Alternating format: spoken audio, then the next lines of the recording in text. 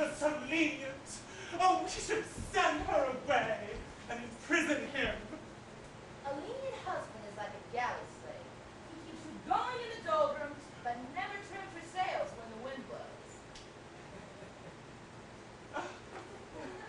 Zilpa, I suspect you're a treasure. Come join me in a glass of wine. Oh, no thanks, my lady. I never drink when Aunt Salome's in town. She tends to leave a trail of corpses. Smoky, smoky, ashy barky, it's fruity. Guava, mango, cherry, pine, banana, apple, kiwi, coffee, chocolate, vanilla, strawberry, cinnamon, allspice, nutmeg, cloves, mint, thyme, sage. It's not bad for a local wine. Look at you! You're mud splattered and blood splattered.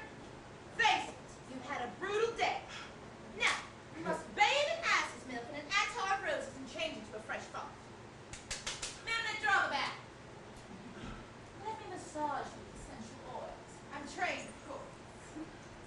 Swedish, Russian, Reiki, Rolfing, Alexander, acupressure, aroma, reflexology, enema, cellular disbursement, colonic irrigation.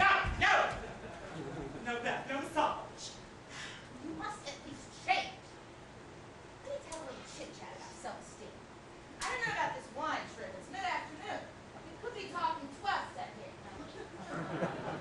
Okay. Now, I've laid out this lovely gown for you. You must put it on. Must! Zilpa! The word must is never uttered to queens. Excuse me, Your Imperial Highness. Well, that's better. Now, I would like to change to something a little more casual. Casual? Okay.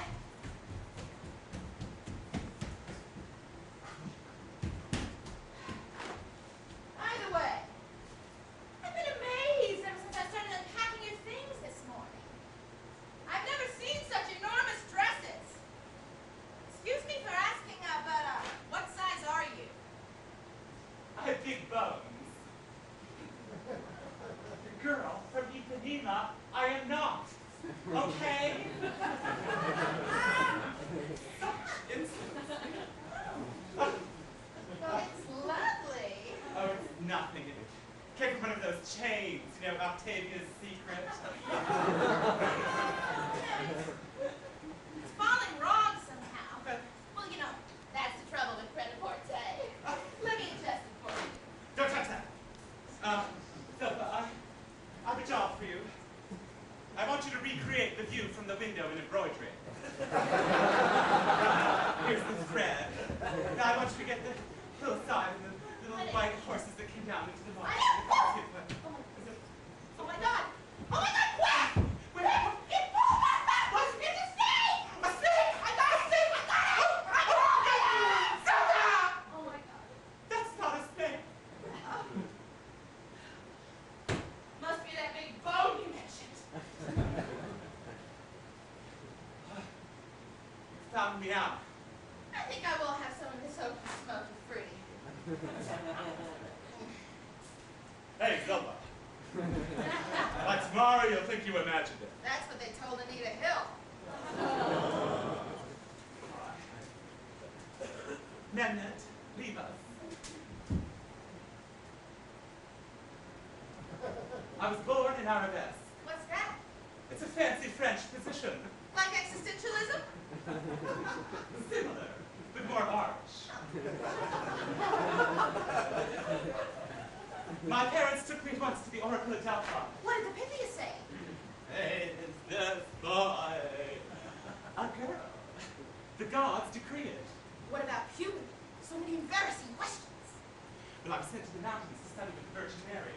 Finishing school? She taught me the true arts of womanhood. Did you marry? I was forced to. Did you do it?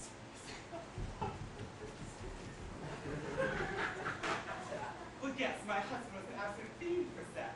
And you never figured out he was getting pickles instead of herring? Well, he was getting suspicious. But you had a daughter. How did you manage that? Well, it came to pass that the Virgin Mary conceived and became great with child. Yea, verily, forsooth, who must the father thereupon? An ancient god. She only does it with God. Love is a very splendid thing. So you faked pregnancy? She gave birth to Salome. I brought her to the palace, presented her as my daughter, and the rest is history. Or herstory? The shoe fits. So Salome and Miss Jesus are brother and sister. Well, they're more like cousins. What a crazy pair! And your husband suspected nothing? Not who? But the suspense? Was killing me. I divorced him and married on teapots. Does he know? Oh, yes, I told him. I said, I'm not really a woman. He kissed me and said, nobody's perfect.